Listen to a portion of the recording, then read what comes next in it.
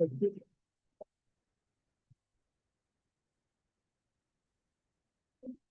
you're live, Chair. Right. Good evening and welcome. This meeting is being live streamed on YouTube, so welcome to everyone viewing online. Members who have joined us remotely will not be able to vote and your attendance will not be officially recorded, but you will be noted in the minutes. Can everyone present hear me? Please raise your hand to let me know if you can't hear me. Concerning meeting etiquette, please direct questions and answers via myself, the chair. May I ask that you indicate your wish to speak by raising your physical hand? People online should raise their virtual hand. For the benefit of members of the public and press, can I ask that all attendees say their name and role when speaking for the first time? And I've made a faux pas there. Councillor Lester Hudson, Chair of Overview and Scrutiny. You can tell it's the first time I've chaired a meeting for Yogs. May I remind members and officers to speak up clearly in the chamber so the clerk and public can hear you. Thank you. Concerning the order of the agenda, I plan to take the agenda items in the order that they are published and to close this meeting at 9 p.m. This meeting of London Borough of Newham Overview and Scrutiny Committee is now called to order. I welcome everyone to the meeting of the 22nd of July 2025. This is my first meeting of the Overview and Scrutiny Committee in this municipal year, and it's my first as chair of the committee. As we start this new year, I'd like to set out the vision for scrutiny. This follows last year's important work to strengthen governance and scrutiny across our organisation, which concluded in May 2025. One of our key commitments from that work was to develop a unified vision statement that would guide our scrutiny function moving forward. I am pleased to present to the committee and to you all our shared vision for scrutiny, which reflects our collective aspirations and sets out the foundation for our continued development. Our vision for scrutiny is to provide robust, constructive and transparent oversight that drives excellence in public service for our Newham residents. We aim to be a committee that challenges thoughtfully, supports accountability and ensures that voices of our communities are heard in the decision-making process. Through our evidence-based review and collective engagement, we will help to shape better outcomes for those we serve whilst maintaining the highest standards of democratic governance. This vision will serve as our compass as we continue to evolve our scrutiny practices, ensuring that we remain focused on adding genuine value to the work of our organisation and ultimately to the communities that we represent. I encourage all present to contribute and to support this collective endeavour. May I also welcome our new Interim Chief Executive, Paul Martin, to this meeting. I look forward to working together with him. This evening, we'll be scrutinising the agenda items covering our work programme, the July Finance Review and the non-statutory best value notice. Colleagues, as usual, we have a busy agenda item tonight, and I'm keen that we move on at pace and spend adequate time where greatest focus is needed. In order to give maximum time to answering questions, I'll be asking members to keep their questions concise and everyone else to limit introductory comments to 2 minutes. As you can tell, I read that all very, very poorly, but there is something that I will read out. Scrutiny members and members of the executive did go to the meeting of the, it was in May, wasn't it the complete, help me, who was the person? It was a scrutiny governance, Mel introduced the meeting, final meeting. Yeah, Centre for Governance and Scrutiny. And we were all asked to pull out little cards to say what we learned from the meeting. And this is what I will ensure. I'm ensuring that scrutiny is a safe place for dissent, given the difficult decisions that need to be made. We are going to have to make some difficult decisions, and I will ensure that will scrutinise them effectively, and it will be a safe place. And hopefully you may hear laughter from this meeting. Right, management of the meeting. we take the items as set out in the agenda. Apologies for absence. Councillor Hudson, we have apologies from Councillor Garfield and from Councillor Carleen Lee Parkway. I've also received Leslie and Ken Packer members. We have apologies from Jason Strelitz, but Simon Reed will be online on his behalf. Right, okay. Any declarations of interest from members of the committee for any item this evening? If I may, Chair. Yep. So also from Paul Leslie, in the interests of full transparency, member has said membership and various committees chairs. I will have those after the meeting and they'll be minuted. Okay, right. Minutes. Members are requested to consider and agree the accuracy of decisions and minutes of committee meetings held on the 5th of November 2024, the 18th of February 2025, the 25th of March 2025, and the 21st of May 2025. Do any members wish to raise any specific items or corrections for accuracy? I'll move a correct record.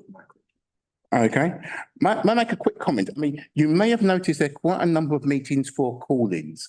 And the reason why we did have those meetings for call-ins is that Scrutiny does agree in the effective scrutiny of budgets, and where we have called particular papers in, that is where we had concerns about the use of council resources and particular overspends. And I believe that Scrutiny were working in an effective way. So that I move that the minutes of the meetings held on the 5th of November 2024, the 18th of February 2025, 25th of March 2025, and the 21st of May 2025 are agreed as a correct record. Okay, thank you very much. Right, thank you. Those meetings are now agreed and approved. I don't think we need to show a show of hands. I think that's been agreed unanimously, hasn't it? Right, item number 20. Number 5, work programme.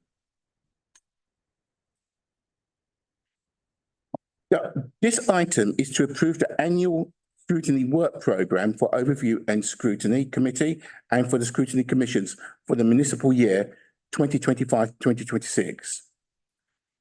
Before we approve the work programme in the light of member discussions around Newham Council's budget and in line with the council procedure rules 27.9 about setting up working parties.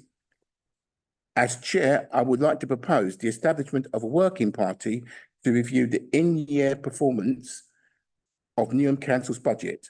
My suggestion follows that this is in accordance as we did last year. This is so that the working party can lay the groundwork and dovetails for the Budget Scrutiny Commission. This will assist with the work programme of the Budget Scrutiny Working Party. This working party will be more agile than the Budget Scrutiny Commission, and as working parties are informal, there are no requirements for proportionality. So I suggest that the membership of the in-year budget party should be composed. Actually, on that one, could you leave that one with me as chair, delegated authority? And I think it'll be the 4 scrutiny chairs and there may be a couple of other people, but we can agree those. Do you agree that I have those authority? Thank you very much. Right, yeah. In the interim, I moved that as chair of OSC, I prescribe terms of reference for the working party along similar lines as last year. Officers will draft terms of reference for the working party to ensure that there is clarity about the areas of remit to avoid duplication and potential and confusion. Would any member like to second the establishment of a budget scrutiny in-year working party? Thank you, Councillor Masters. Yes? With regards to the management section which supports what is that information that in previous years some debate on what information and when that is you know, what information will be available for those in the. I'm looking to the two finance officers to give some time. I'm working on the assumption that it'd be the same as last year, which was usually early drafts of the management accounts that are discussed at the management team meetings. Yeah. Teams were providing information in the same way. My understanding was that work all conservatives. That's the general we can. Yeah, I thought it worked really well last year, and we got a lot of very, very useful information from officers that was invaluable for the budget setting process for the fiscal year 25-26. Now, are there any other discussions on the annual scrutiny work program 24-25? 25-26.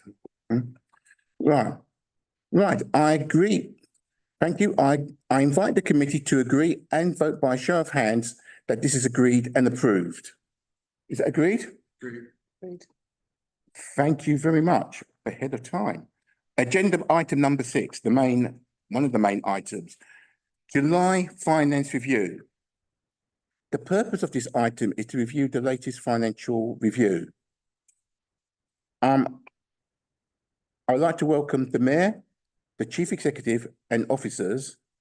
Right, Joe. I've got here for the Chair to invite the Chief Executive to briefly introduce this contextualising comment. I don't know whether the newly installed Chief Exec wishes to do that, or Conrad Hall as Section 151 wishes to do that. I'll leave it in the hands of the officers.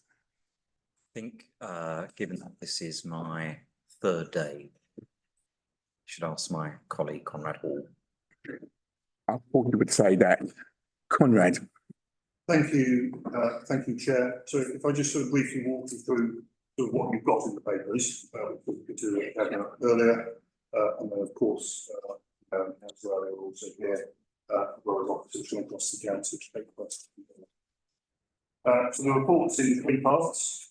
We're looking back to last year, looking very short term ahead what we think the position is for this year, and more strategically what we think the longer term position might be. I do apologise, so I should have said the cameras. I'm Conrad Hall, Corporate Director of Resources.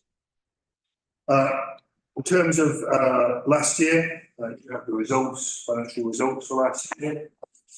Was of course substantial overspend in that year, some £41 million. That is a little bit less than had been forecast in the run-up to the 29, but nonetheless still a substantial overspend. The forecast this year, the report, is for underspend of £5 million. Obviously,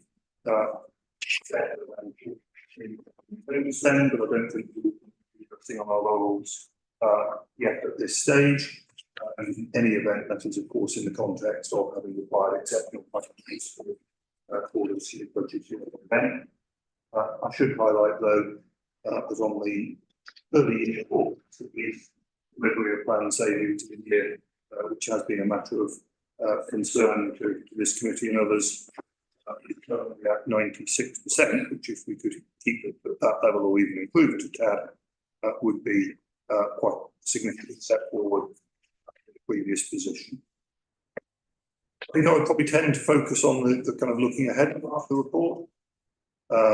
You have the funding review, which is set out from paragraphs 4.34 onwards, which is a pretty fundamental shift, I think, in local government funding. It's out for consultation at the moment, closing date of the middle of August, which we will be responding to. So of course it's subject to change and uncertainty. We think at the moment it's positive for Newham. Probably we are rising by some £30 million over the next 3 years, roughly twice what we were budgeted for. So some cautious grounds for optimism for that. But as I say, it is subject to consultation, so it could change. It's also complex, and we don't have all the details from OHCLG yet, so we won't know the position for certain until probably around November, December. So we'll rely on models from London councils, for example, to project what the figures for Newham might be. So they will doubtless change, and there are a number of other matters that are not yet clear in that. For example, government is removing ring fences from a number of specific grants, but we don't really know exactly. What certainly appears to be happening in the London context. We are seeing inner London boroughs tending to lose quite significant sums of funding. We think probably the way to think about this is that there is an increased weighting in funding formula for deprivation, but also a shift of resources away from London. So if you like, the effect is that we probably get a greater size of perhaps a slightly smaller share. So we will continue to update on the details of that as they become apparent. I should emphasise in particular paragraph 4, where you have the latest population count from the Office for National Statistics, substantially increase on what was previously. So we will be lobbying hard to make sure that most recent data is used in funding is that. Underpinning all of that, the budget is of course still under very significant pressure. Temporary accommodation as the principal or certainly particular for Newham. Paragraph 4.21, you see how the net costs of that have risen over the last 3 years from 20 million to somewhere in the region of 80 million, and continuing to rise, we think, over the next 3 years as well. So under those circumstances, Chair, at the moment, although of course we will continue to look at every possible alternative, it seems that we will continue to use some form of support. And to the point you made at the start of the meeting, Chair, will of course confront a number of difficult choices in the second next. I'll pause there, Chair. Okay. Right, I'll take this in various sections. The first section I'll take are there any questions on the first part of the report, which is relating to fiscal year 24-25? I've only got one question on 24-25, and that's on page 151, and that's looking at the housing revenue account capital programme, where there's been a substantial underspend. And I suppose we are where we are. I wouldn't want to encourage officers to spend money out the door so they hit their budgets. I'm just raising concerns about if there is slippage in the affordable housing programme, are we confident that we're going to catch up on that slippage? That's number one in this fiscal year. And the second question will be, if there is slippage in the affordable housing programme, is there a risk that there will be overspends on the affordable housing programme on the main part? Because if there's slippage, there's always opportunities for contractors to increase costs. And the final question, given the issues around temporary accommodation and homelessness, if there's slippage, it implies there's lack of completions. So is there any opportunity to bring forward the completions, which may help with homelessness and temporary accommodation? If you may wish to come back, I mean. Can I answer that? Yeah. So I think you're asking a question about the. Can you introduce yourself, please? Sorry. Paul Kitts, the Corporate Director for Inclusive Economy, Housing and Culture. I think you're asking a question about the Affordable Homes for New Homes programme. Yeah. I might also address the issue around capital spend under the HRA for existing stock as well, maybe, whilst we're talking, if that's suitable. So the reason for the reported underspend is that several of the schemes have slipped, so they're experiencing delays on site. So these are sites that are under construction. We're actually bringing a full paper in September, which updates members on the whole programme and clearly sets out where there are delays, where the financials land, and indeed if there are overspends and therefore requiring contingency. So there'll be an approval paper coming to Cabinet in September, updating on programme, on our budget and on contingency as well as an overall programme. But some of the slippage will be into next financial year. So some of those schemes will finish spending in the next financial year. Thank you very much for that answer. Councillor Paul. Thank you, Chair. Just a supplementary to that, Paul. Talked about slippage. So are we talking about cost overruns?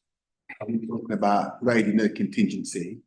You mentioned a new paper is going to be put forward. That's down to, say, management oversight. give us a full, any estimate of what that will cost and be actual year, because that has to be obviously budgeted. That's a kind of factor we'll discuss. Yeah, thank you. So the paper will talk about some delays, so some programme delays, but there will be some cost increases as well.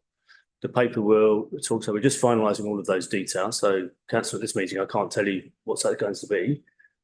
We're really confident it's going to be under the contingency levels of the overall programme budget. Paper will set out scheme by scheme where there's been programme slippage and financial movement as well, and in what financial year they fall. So that will be at September cabinet. Possible supplementary. Certain types of construction contract need to be capped the cost. Great. The contractor takes the cost. Yep. It appears we all seem to be taking the cost.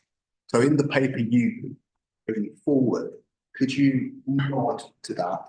My question would be, have we got the right construction contracts and procurement in place? If not, why not? To learn going forward.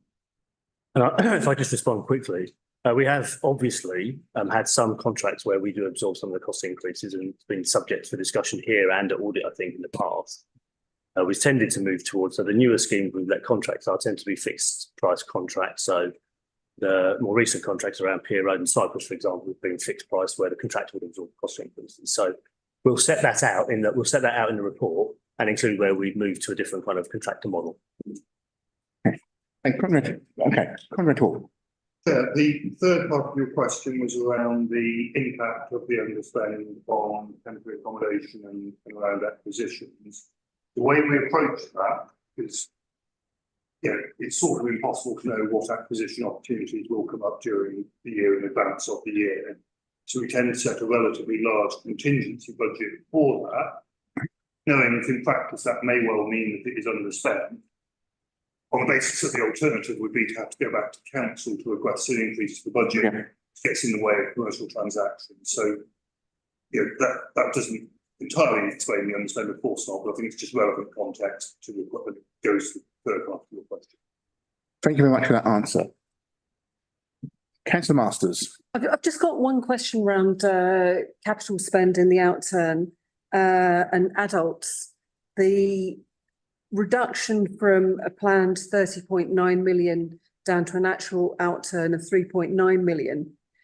Is this about managing to replace prospective spend with grants, or is this about trying to spread spend? Because I'm aware that a lot of our capital spend was probably about addressing issues such as out of block placements and having to place people in care homes, which we do actually have a really good record in terms of. So I'm just wondering if you could sort of explain why the outturn is so much lower. I know we've got Simon Reid on the call. Mr. Reid. Happy to make a start and then probably bring in Andrew. So there are several schemes, capital-wise, that we're progressing at the moment. There's Wakeling Court, there's Lady Helen Seymour House, and there's Health and Care Space Newham site. They are both in the works, and I wouldn't say they've experienced delays. I think they're moving forward in a timely fashion, but they just haven't delivered so far. Andrew and Mike, is there anything you want to add? Yes, so Andrew Ward, Deputy Director of Finance. It's page 143 of the pack, which provides a sort of breakdown of performance against the adults and public health portion of the capital total budget of 30 million. The largest relate to the health venture schemes, care space, Newham, which we provide partners where it doesn't have where the scheme comes into sort of a progressive state. So, to speak to the chair's point, we're spending for the sake of it. It's about needing to properly identify and make sure those things go ahead. I guess as the budget was set for the ambition to do them, But those schemes certainly weren't ready for spending any money on last year. Is there equally, if I can ask a sort of, You may. follow-up question? Is this partly because of the ambition in the new Labour 10-year plan around health and the ambitions around sort of creating new estate and the feeling that there might be more monies coming down?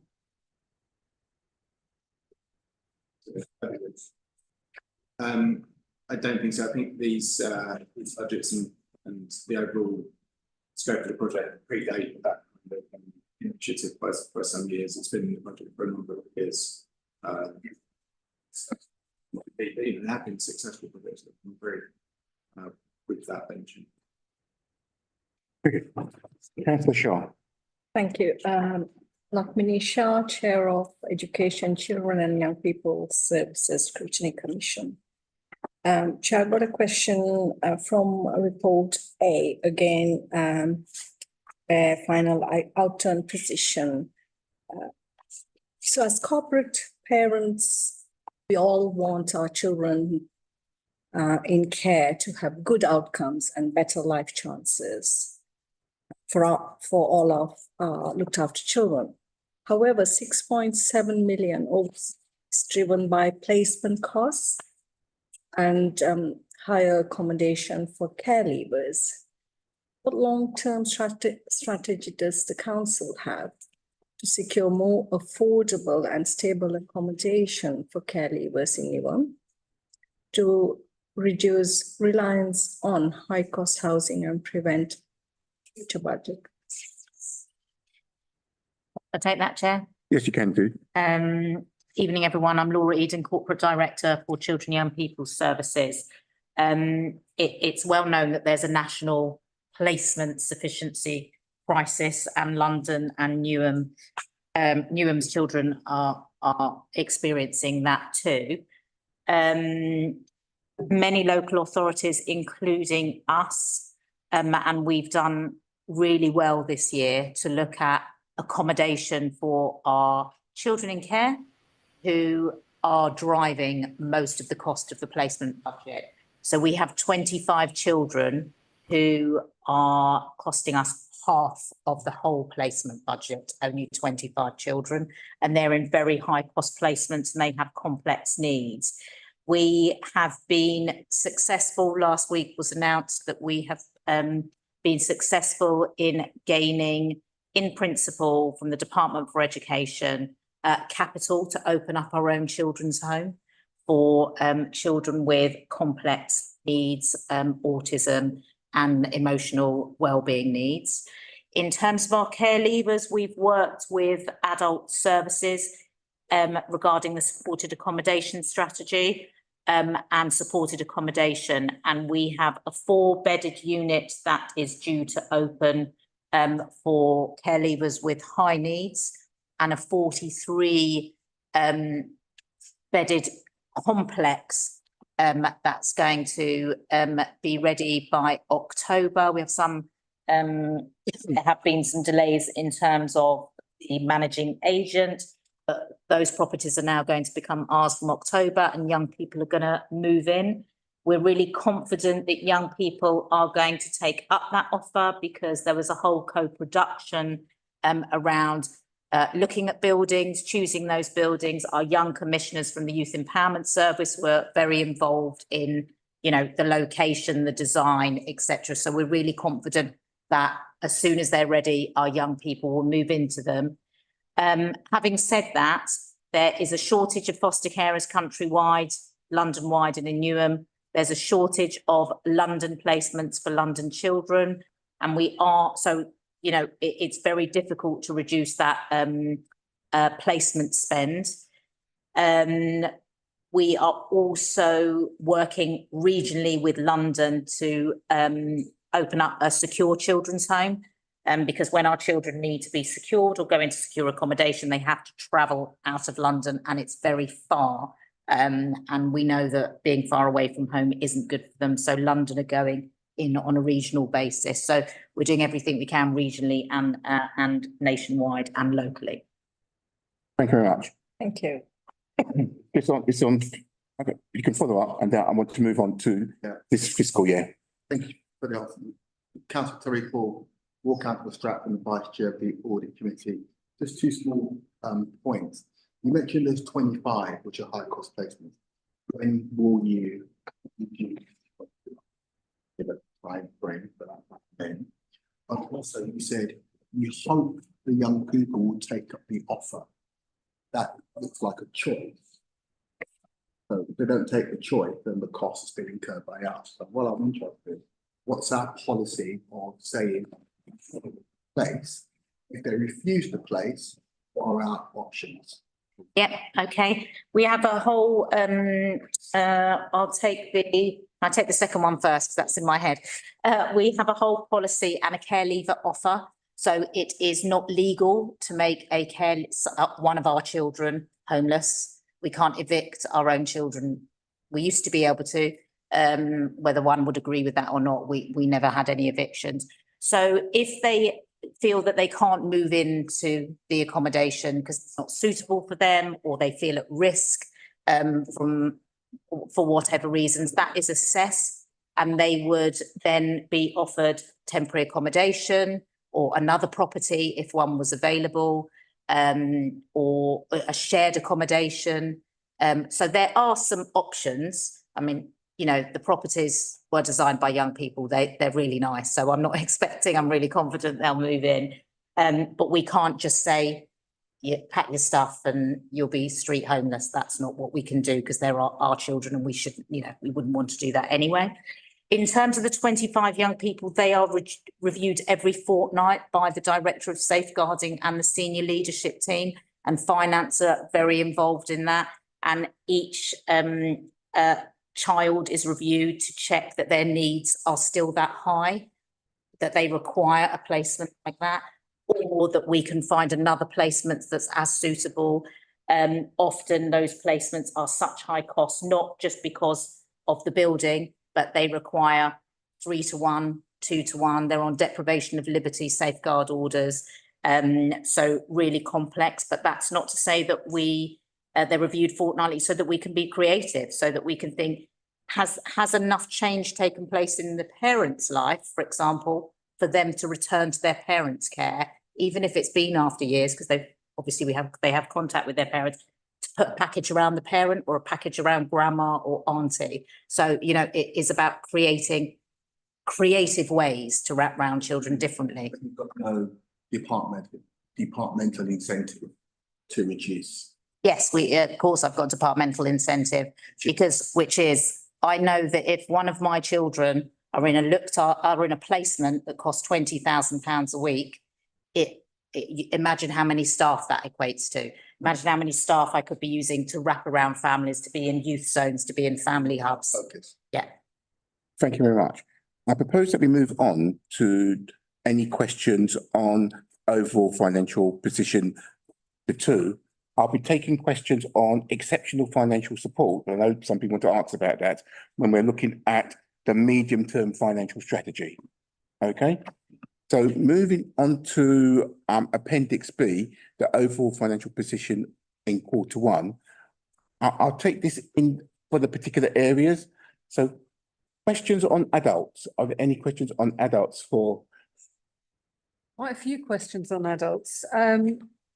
I think the first one has to be, and allowing that we've had the practice improvement board set up, and we have a strand of work under the transformation improvement board as well, looking at adult social care in advance of any judgments, CQC inspection, which has recently taken place.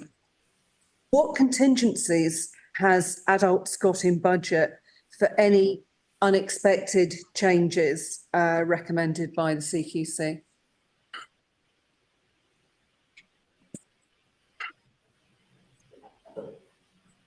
Simon, would you like to answer that question? Make a start and then maybe hand over to some finance colleagues. So as you kind of reference, Council Masters, prior to CQC coming, we've done quite a lot of work around external kind of support to assess where we are as a directorate. So we had the peer review last year, which identified kind of practice as an area of challenge. Carol Tozer, John Bolton, and AD Cooper have been involved in terms of working with us to, again, advise us on areas where there may be gaps from a CQC perspective. We think after that, or the totality of that work, we've established the Practice Improvement Board, and we have a transformation programme on the other side of things. So we think that most areas should have been captured and areas of focus. All due respect, Through the chair. Through the chair, you're merely reiterating the introduction I made to my question, which regarded areas that the CQC might raise in their recommendations that we haven't anticipated, and the level of contingency we have in our budgets to address such a thing. I guess it's a challenge to anticipate areas that haven't been already anticipated. We have a programme that's focused on the areas that have been identified, and that they are pretty broad areas. And we will continue to work with kind of external experts and others, but we don't carry a surplus in the directorate. Finance colleagues can come in, but we hopefully have identified the areas of focus. Andrew Ward. So we went through a lot of work to ensure that we provided the directorate with budgets that were based on reasonable estimates for the financial year. There is not certainly not to my knowledge, a large sort of contingency pot within the adults budget as Simon says, which you would then sort of pull on, I suppose, for any extensive high cost work. So it's provided to the council for contingency for £1 million in the annual budget. Final question, Councillor Martha, there are other areas other than adults. Okay, if I can only ask one of my two remaining questions. It's a bit of a toss-up, but given the pressure of out-of-borough placements, have we any ideas for how we're going to sort of stimulate placements at a local level, given our low level of capital spend in the current year? Or the year just gone, I should say. Mr. Rees? Yeah. So I think it's a very... Brevity, if possible. Sorry, what was that, Chair? Brevity, if possible. Sure. So we tend to think of out of borough in two different ways. We've got out of North East London, but we've got within North East London. We have a shared kind of care market. So we're doing a huge amount, led by Newham, to look at our kind of shared accommodation market across North East London and work collaboratively on things. We're looking at different types of contracting models. So instead of spot purchase, we kind of try and arrange block. We have a capital programme in adults and health, which is unlike most of the other areas in North East London, where we're developing new extra care. And you've seen in terms of Leecroft Lodge, 52 new units delivered this year. Next year, there's another 24. And over the next 2 years, there's another 50-ish. So there's quite a lot we're doing in that space. And it all links to the comment that Laura made earlier around our supported accommodation plans and as a council trying to come together. So I think we're doing what we can. It's certainly a challenging market. It's a market where the costs have doubled over a few years. But I think the solutions are in collaboration with our neighbours rather than competition, which is kind of what's got us to where we are. Okay, thank you very much. Any questions on education? Councillor Shah. I have a few, but in the interest of time, if I may ask two and later colleagues. So especially given the rising home to school transport costs, reliance on private taxis and EHCPs are contributing to the overspend of 2.3 million. And what measures have you taken to reduce this overspend? So have you looked into direct engagement with parents, particularly those who already receive mobility car for their disabled children, to understand if they are willing to or able to transport their child to school? possibly with appropriate support or incentives? And also, have you considered giving reimbursing some of the money if they were to provide the transport for children? That's my first question, and that also can contribute to empowering families. And you know, have we looked into sort of thing? Yeah, we have. The Send Transport budget nationally is going through the roof. We were forecasted actually at the beginning of the year to be £4 million overspent, and through all the work, some of the things that you're highlighting, Councillor Shah, that reduced to 2.5 million. So for us, obviously, it is law that we have to transport children with special educational needs and disabilities to and from school. Even though they have a mobility. Yes, if their needs require that, even if their parent could do that, we would have to do that. So it's bigger than just optimization, I would say, in terms of planning. It's more about all children that are travelling using Send Transport, do they 100% need to? Is there other ways, like you said, that they could travel with a support worker, with their family to school? We've actually got a pilot programme at the moment, which is working really well, where we have bought bicycles for families so that they can cycle with their child to school. Or you're trying to be really creative, but also that enhances their physical well-being, their mental health well-being, etc. And I'm working really closely in the education service, are working very closely with Amy's service, where Send Transport usually sits, we would say, to think about a review of the service, to check that we're doing everything that we possibly can to reduce that budget, with the backdrop that Send Transport budget is rising across the country. Thank you. Can I ask my next question? Next question, it's brief. It's on the dedicated schools budget. So in 2024-25, 8 primary schools had a deficit of 1.9 million. 17 schools forecast to be in deficit by 27-28. What specific support or intervention is the council offering to schools at risk of falling into deficit? And how is it helping them develop sustainable financial recovery plans before reaching the crisis point? Yeah, absolutely. So as soon as a school looks like it's going to go into deficit or can't balance a budget within 3 years, and Andrew might want to come in here, we provide financial advice and education advice, meeting with the governing body, meeting with the senior leadership team to come up with a plan to ensure that they can have a balanced budget. Where it looks like it's impossible that they're going to have a balanced budget due to pupilling numbers, you're talking about different types of intervention. And you'll know that Cabinet agreed in a few months ago now to think about going into a pre-consultation stage of whether to close a school, because that is, that's what can happen when a school is going into so much deficit or doesn't look like it can balance a budget, because the risk of the deficit of a school falls to the local authority to pay, unless you're an academy. Okay.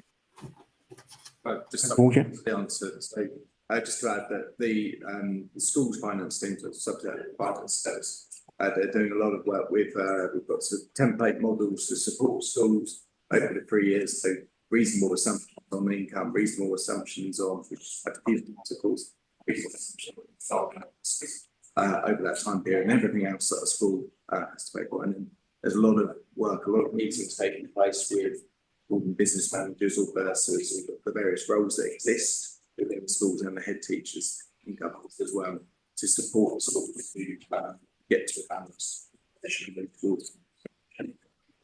A supplementary, please, on that answer. As long as it's very quick, because I've got Councillor Paul and after that supplementary.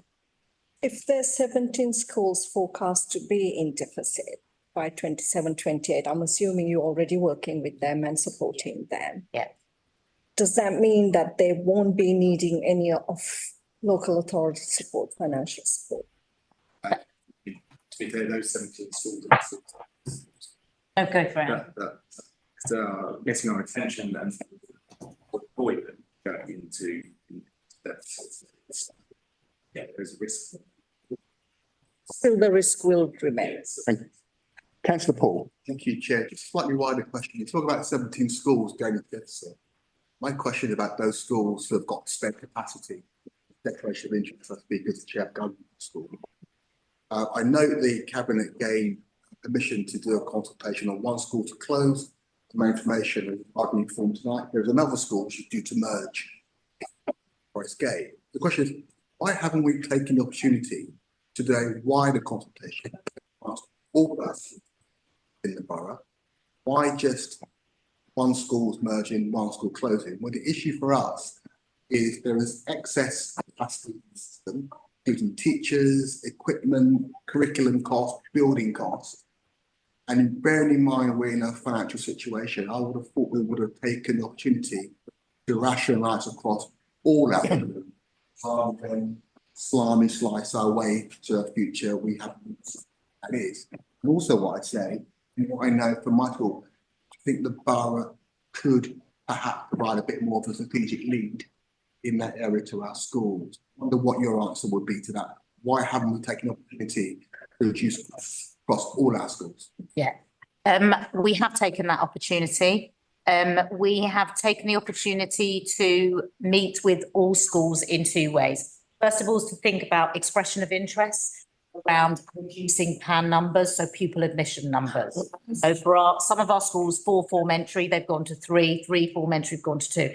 The head teachers actually, in my view, I've never seen such collaboration. Some 3, you know, it's mainly primary schools at the moment. Some 3 form entry primary schools have opted to go to 2 form entry because otherwise they know that the school down the road, which is 1 form entry, is really going to get into financial deficit. So they have worked collaboratively, and the local authority have helped with that by saying, in this ward, in this area, you need to, you know, we need to reduce by 320 kids or 200 and whatever kids. So we've helped them with that, and they've worked collaboratively. That's a temporary reduce of PAN. That's going to become a permanent reduce of PAN, pupil admission numbers, some by September 25, some by September 26, which means that you can reduce your staffing, which means that you can balance your budget because you're, you know, a smaller school. The other way that schools can work collaboratively, which the local authority can advise on, and again, Andrew will correct me if I'm wrong, is the schools forum. So it's around sharing of resources at the schools forum and agreeing to decisions that do help out schools. We can only do that with maintained schools in terms of pushing them to reduce their PAN numbers. You do know that some of our academy schools will over allocate, for example, which really impacts on some of our maintained schools. Just very quickly. I wonder in future reports, could you put the change in the PAN number in the report? And could you note down the FT on teachers?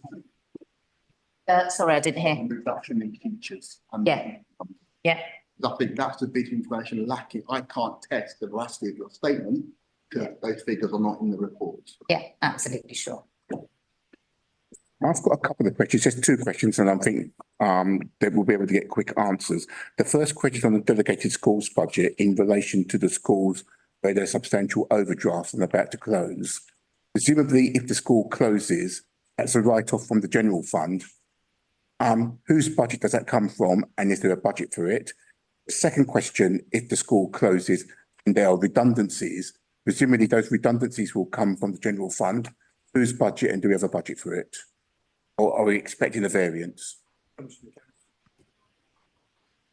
Yes, it falls. It would be, I suppose I'm asking, you haven't budgeted, so there'll be a variance? Yes.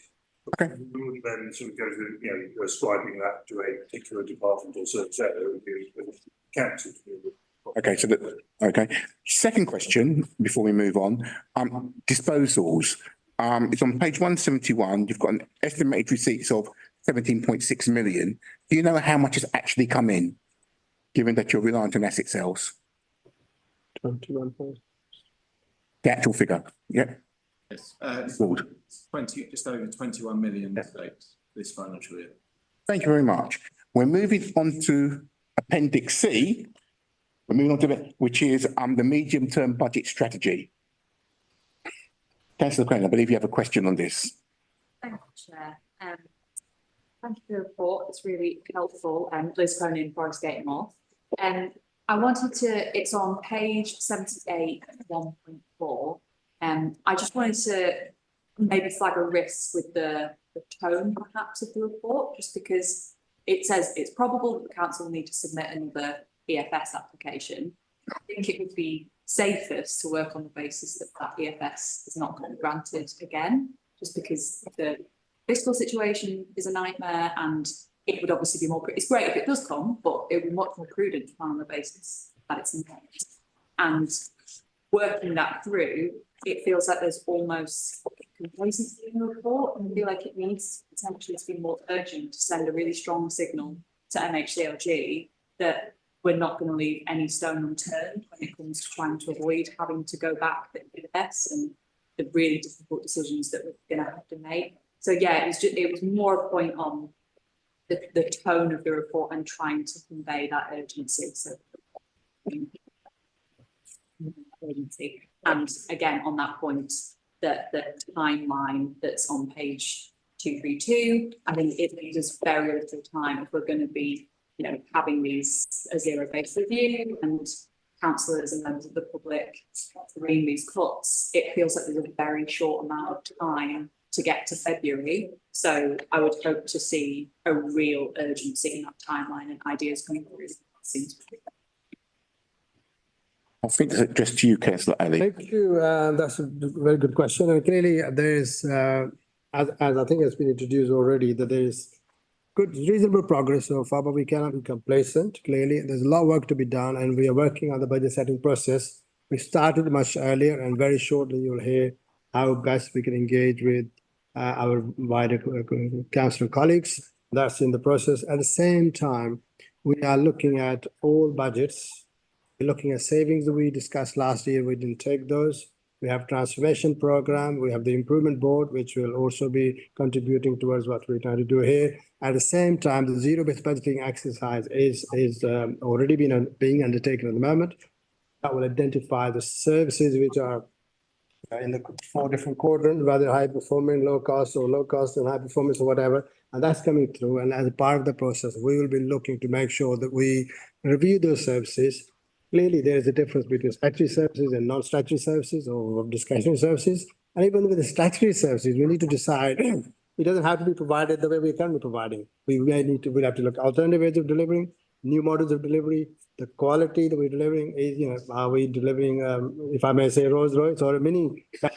We need to look at what we can afford to deliver, and that's how we're going to channelize those. And that's exactly what the point is being made here. And you'll soon hear some dates, etc., in terms of engagement with members with respect to the way forward. Thank you. You got something?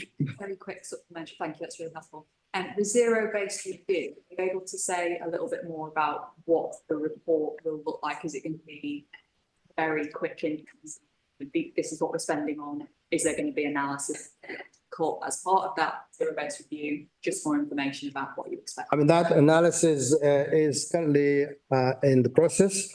I've got a draft presentation which is given to me earlier on today with nearly hundreds of presentation, but what I'll do is I'll pass it to Andrew because he's done the work and I'm sure he'll be able to shed better light on it.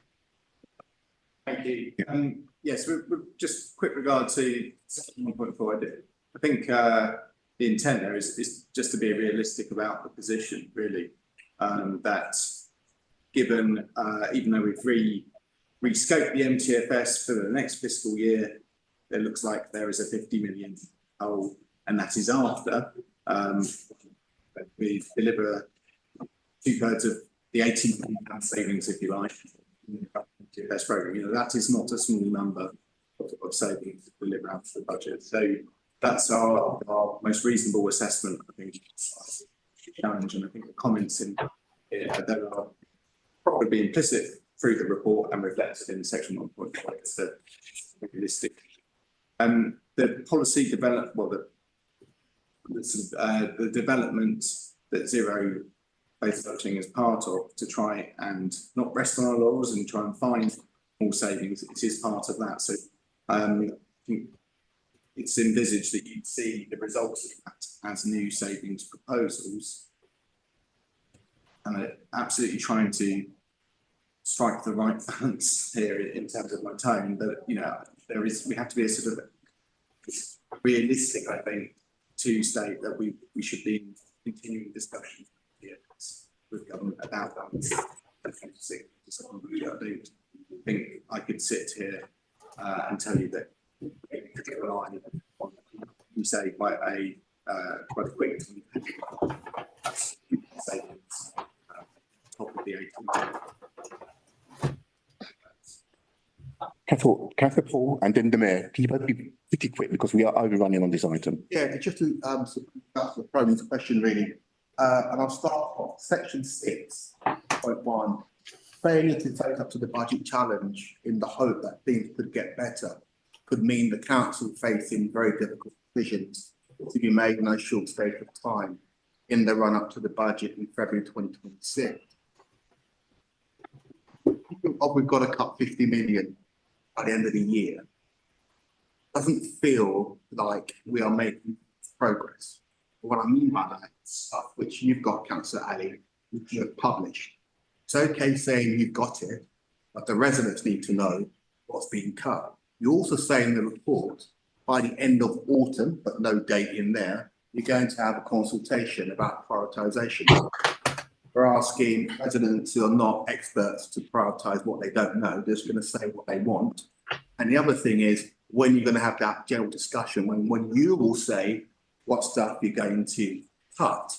Talking about savings, I think we've been looking at stuff which we don't do as a council. Bearing in mind staff are our biggest cost, looking at a 3 to 6 month consultation, you need to start now to get the figures in for the February budget. So my question is, have you got the list in a form which you may or may not want to share? What does that consultation look like? And when will you begin the rich process of consultation with residents, where you will talk to them in terms of what services we will not do as a council, rather than bits we're going to be shaving? Again, my question is about a lack of innovation and application towards the task. Remember, the big envelope figure is 115 million over the 3-year term. If we can't cut 50, then how are we going to cut 115 in the medium term? So quite a wide question. It's wide, so you can, you know, give it whatever question. But when are you going to be clear with us what's going to be cut, when, and then make sure that consultation, please? Can I, Sorry, Chair, can I say first of all that there is no list, and contrary to what we have been doing previously, and this is really coming back from the councillors and colleagues, that they want to be fully engaged in deciding what should be retained or what should be cut. And that is the reason there is no such list at this stage. Reference I made to the savings we considered last year we didn't take because they are already in public domain, but there isn't any definitive list at all or any list at all at this stage. And that list will be subject to discussion with the members to make sure that we engage councillors properly, adequately, as soon as possible before we go out to public. So it will not be, it won't be sort of fed through as we want to engage councillors in terms of deciding what the priorities should be for the next year. So it will be an open, transparent process rather than saying to you that this is what we think we should be cutting. And then we have another issues coming along. What does the end of autumn mean? You say in the report, it said the consultation will begin in the end of autumn, but you know, I do like precision. Councillor Paul, maybe I could be helpful. Can you give us the precise date? There are dates in the cabinet report. I'm trying to just locate those. The timelines are in there. They clearly state when we'll be going out to engage and consult. And in terms of members' engagement, that will be starting very shortly. But once that is concluded, we'll go to the public at large. I'm just trying to trace the numbers. Andrew, do you know what page that is? there is a timeline. While you're looking for that, I've got two questions and then I propose to move on. We've got the best value report. The first question that I've got is on proposed actions. And we've got zero-based budgeting and looking at various areas. I've got a question about the assumptions that are made and about the assumptions of the standards. So, for example, the biggest area is temporary accommodation, and there must be an assumption in the figures that you put through about the number of people who are housed within London. So if you change the assumption about the number of people who are housed outside of London, does that require a policy change? I just lay that out in the sense that if you change your assumptions, you can often change your numbers, but it often needs policy decisions. And maybe that's one for the future. To change those assumptions, what policy decisions need to be changed? That's number one. And I suppose number two, this one for the mayor cabinet and for councillors. Does not commit to a 4.99% increase in council tax. And I think that's an area that maybe we wish to discuss elsewhere. Have you found the dates? Or do you want to come back to us? You want to come back to it? What about the assumptions? Because I think there will be assumptions certainly on adult services about the quality and maybe at a low. I'm not saying is it a Rolls Royce service that we're offering? And that is that Councillor Masters is giving me the evil stare. And maybe it ought to be at a lower quality. And certainly the big number is on temporary accommodation. The percentage of people that are housed in London and out of London, and increasing the percentage of people out of London, which is a difficult political decision. I admit that. Yeah, should I say something about TA? Yes, you can do so. We've spoken much about it yet at all, have we? So it's worth reminding us that the main guiding star for our work around TA is the homelessness response programme. For those who can't remember, there's three things that's really trying to achieve. The first is it's supposed to increase the overall standard of temporary accommodation that people find themselves in. And if you remember, that goes all the way back to Newham having a high number of children in hotels and very short-term temporary accommodation. So improved standards. The second was prevention, and the third strand is around supply. That work is continuing, and on prevention, we're making good progress and increasing the rates and numbers of people that we can prevent from becoming homeless. There's a whole bunch of work activity that I think we'll discuss in the autumn, I think November, if you want to, at the Housing and Region Scrutiny meeting. So we'll talk about that programme in some detail. The prevention work is going on. We're constantly making sure that we're doing more and more, constantly taking as many reference points from outside you as we can to seek assurance. On supply, and in other words, how do we source, or rather source, the source of temporary accommodation, and where do we source it from? We're obviously constantly trying to and refreshing our commercial strategy with the main suppliers that supply accommodation to us. And one of those, of course, is the accommodation that we procure ourselves through long-term leases or acquisitions. And to your point about assumptions, I'm getting to the question eventually, we are doing some work which is live, so I can't report on it at the moment, which is examining the relative merits of using our allocation of acquisitions fund that Conrad referred to earlier, more outside the borough than within the borough. We're already, of course, acquiring things outside the borough, but the piece of work will explore in more detail the relative merits of acquiring outside of the borough rather than inside the borough. That will flow through. So that will have an impact on the costs of our most expensive nightly paid accommodation. So that's a positive. We must set that against, though, the demographic changes and shifts that are outlined in this paper in various places, and a growing increasing demand on the housing system as a whole. And so that's really important for us to remember.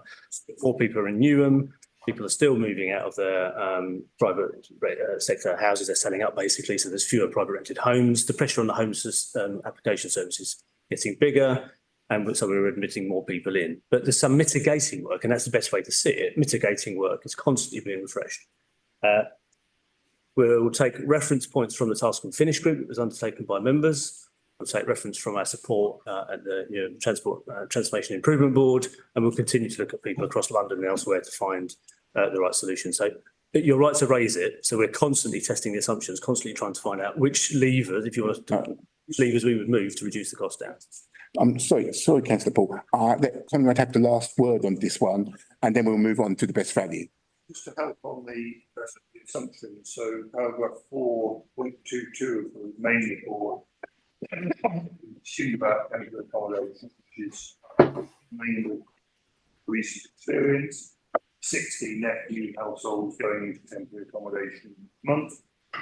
Which is on BBC News today, actually. I think the national average has been something like about 3 years, in other words, well above inflation.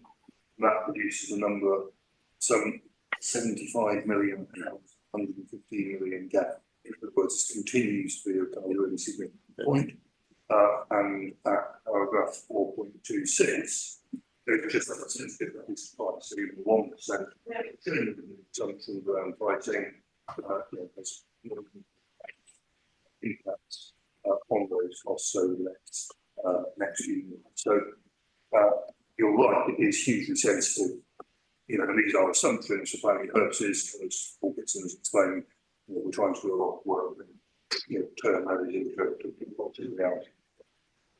Thank you very much. I do apologise that we've overrun slightly on the finances, but it is. The officers write to you about their assumptions, do they include the recent Afghan numbers and small boats? Does that include, are we including those in the assumptions? Happy for you to write to the chair, but we're projecting forward the most recent experience. We haven't tried to anticipate everything. Right. The basis on which it's on, it's the higher order. Thank you very much. I do go on to overrun. It's a very important subject, and no doubt we'll be coming back to it again. Now to another very important subject, which is the Newham Best Value Notice issued 8th of May. Best Value Report. Now, who is leading on this one? Is it the new Chief Executive or is it Sarah Sturridge? I mean, I'm happy to start. Okay, kick off. Well, as I understand it, you discussed this at full council, is that right? Yes. This has been to council, so as well as to the cabinet meeting this morning. So quite properly, it's having a very comprehensive airing, and it must have a very high profile within the council amongst members and officers. I think the best value notice, I would say, is it means that there's a sort of fork in the road for the council, which could mean that in a year's time we work effectively and do what we should do. We'll be able to provide the level of assurance to MHCLG that the council can come off that notice because it no longer commands that level of concern and risk from MHCLG's perspective. Or alternatively, if we don't succeed, the notice could either be sustained or accelerated into a formal intervention, potentially involving commissioners.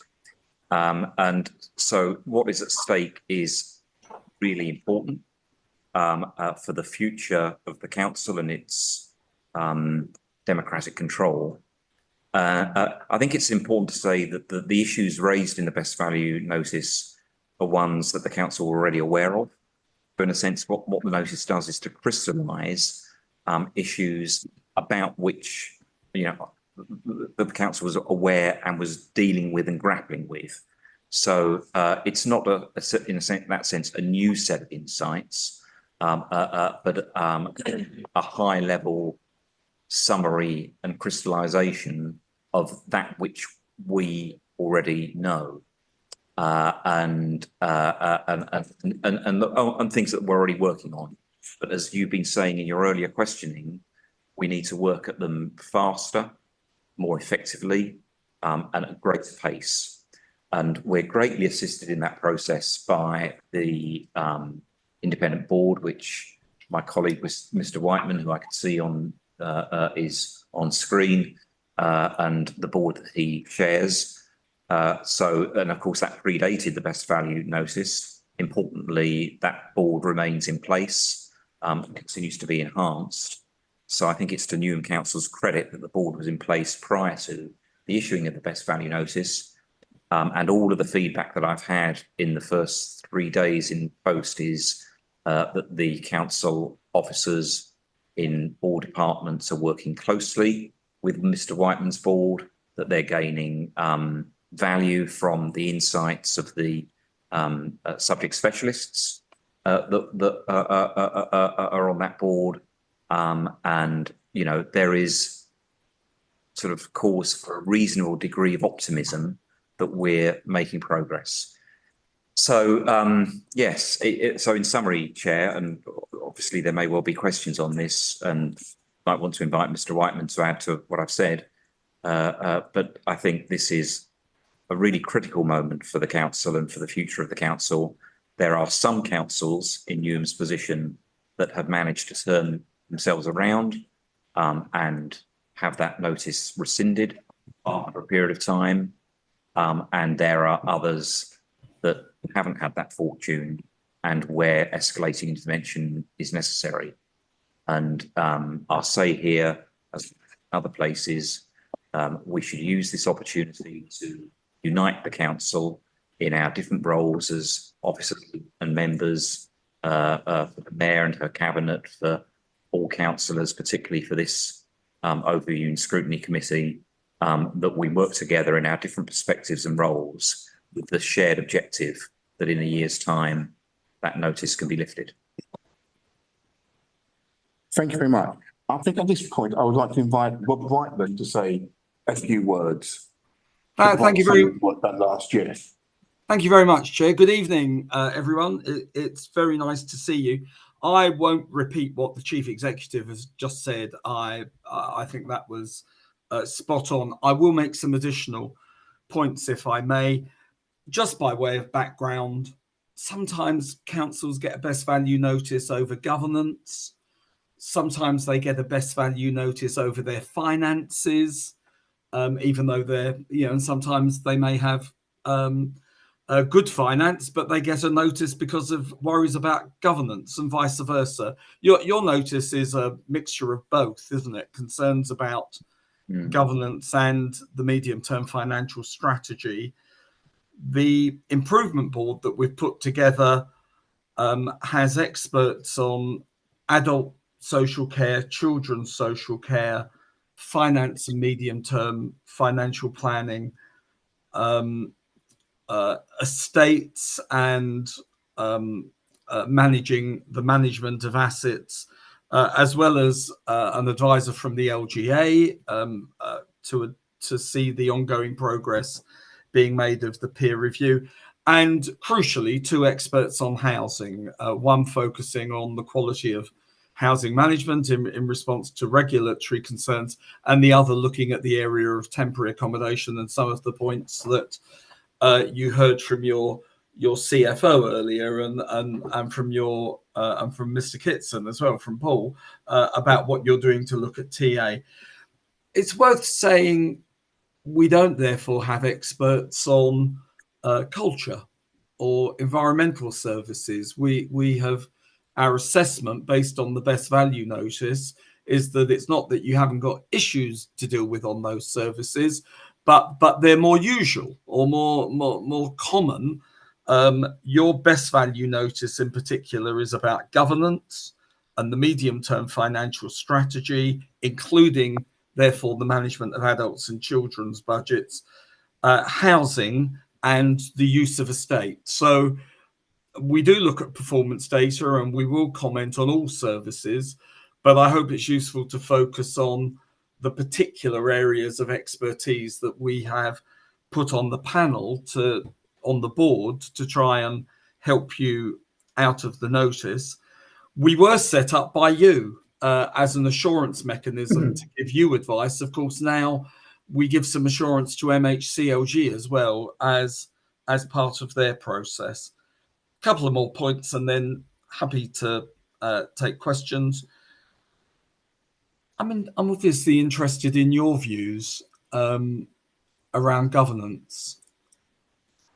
People can have wildly and widely different political views and argue about what's best, but do you have good governance that finds a way of the council functioning as an institution, even though people have widely different political views? I think when it comes down to resolving political differences, it's relatively easy because we have the process of election and a respect for the electoral mandate. When it comes down to personal behaviour, it's more difficult. And it strikes me that the governance issues at Newham are not about necessarily political difference, but are about behaviour. And what's the behaviour like between members and members? And can you find a way of resolving things where you share, where you have different political views, but you recognise that the institution has to come to a conclusion on issues? And also, what's the relationship like between members and officers? And do members respect officers, or when things go wrong, officers get it in the neck a bit? And do officers respect members, that our job is to help you set strategy and to implement your priorities and not be defensive when that might not happen? I think there clearly are issues to deal with about member behaviour and member officer behaviour at Newham. And yeah, if there are, I'm happy to take questions, but I'm very interested as well to hear any comments about whether you think good governance is going in the right direction, or whether it's something that the improvement board needs to find new ways of helping you on.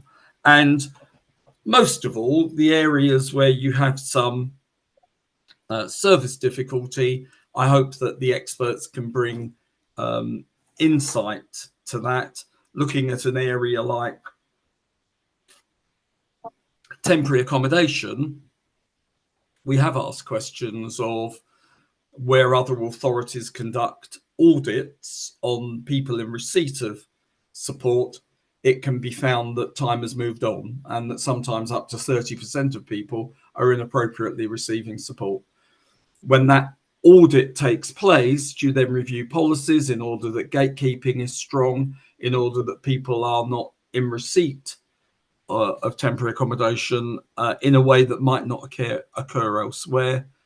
And then thirdly, when you've got the audit of past decisions in place and you've got the right policies in place to manage the current input of casework, how well do you deliver temporary accommodation solutions? And what's the cost? What are the outliers where you have expensive premises? What procurement happened, and how was that different to where some procurement is nearer to the median or the mean? And so I hope these are all good questions that we're asking to support the work that you're doing on temporary accommodation. And I could talk about other services, but I hope it's useful, Chair, to give a glimpse into one particular area. My advice is, I think you can see the notice lifted in 10 months' time. You have a lot of good officers. There's a lot of good things happening, but it could go the wrong way as well. I don't think it's a slam dunk that your improvement journey means that the notice will be lifted, and we'll give you all the help that we can on that. And in particular, I would raise these issues about the culture and the behaviours. What's it like to get things done at Newham?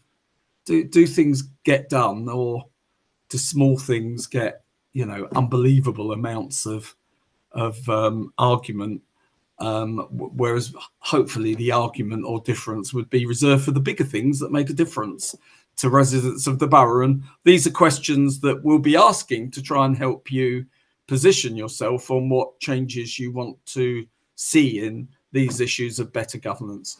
I'll be quiet there, Chair, and happy to take any questions or hear your thoughts on where we are. Thank you very much, Mr. Whiteman. Any questions or comments from members? I'll take Councillor Mercer first of all. Thank you, Chair. I welcome the Chair, new Chief Executive, and my question to the independent member there. I just wanted to find out, we all wanted to have best for services for our residents, regardless of political differences. The recent change in the top officer position, will it benefit us towards the best value notice, or is it going to be have a negative impact? And what if we don't improve ourselves within 12 months? What is going to be the implications of this best value notice? Thank you. So, yeah, I'm conscious we're talking about real people here, and I'll act with a due degree of respect to that.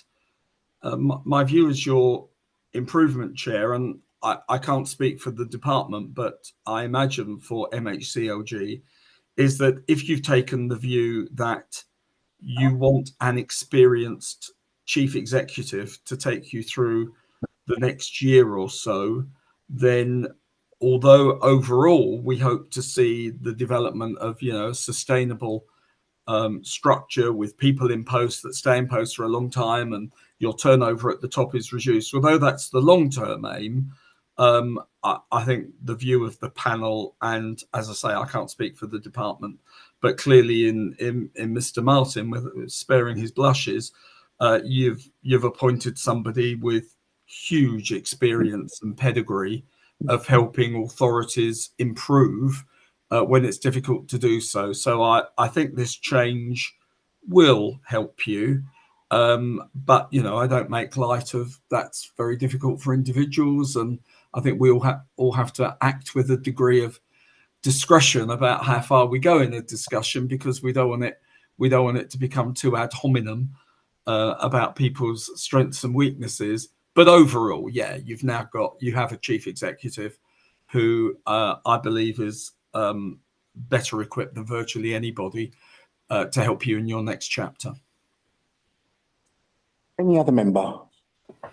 I take Councillor Masters, then Councillor Paul. Thank you. Councillor Shaw.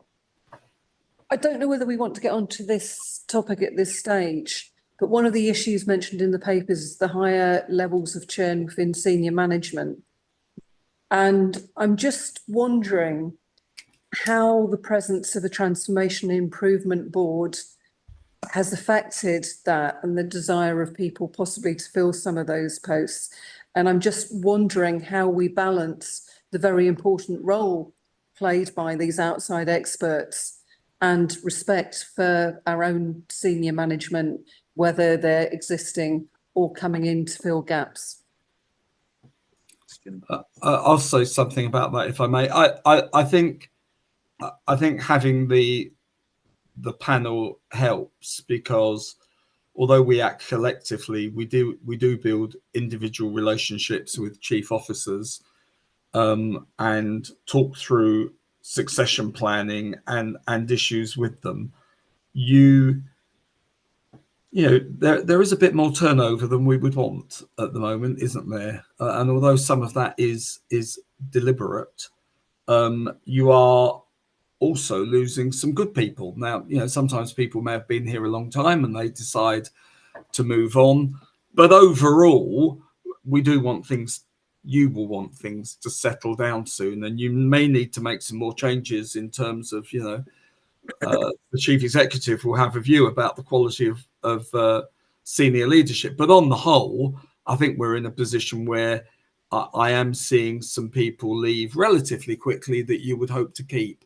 And so it's important that the panel works well with CLT and buddies up to them and helps them deal with challenges, and also helps you recruit people in the knowledge that there are experts here that are there to help them. I hope that answers your question. Councillor Paul. Thank you, Chair. My question is about assurance on the quality of oversight. And it's a question really to you, Rob, and really to you, Paul, and welcome, Paul.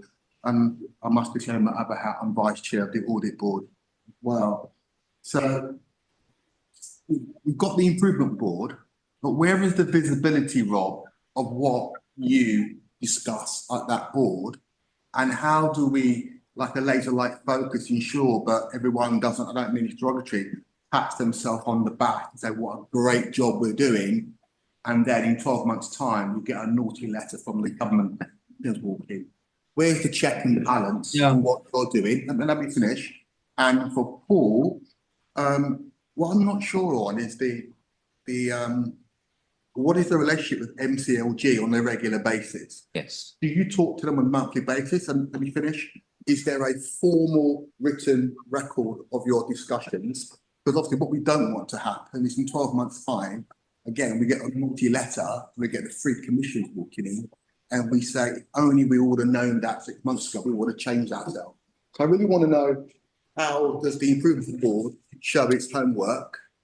And for the chief executive, I just want to know, I want some assurance how you're doing your job and keeping us from the commissions. Sorry for the long question, but No, it's a good question. No, it is. Sorry, did you want to go first, Paul, or I'm happy to?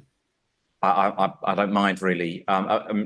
Since I'm speaking now and it's fresh in my mind, the second part of your question, I believe that the commitment has been made to provide quarterly reports to this committee on the best value notice on progress. Is that right, Sarah?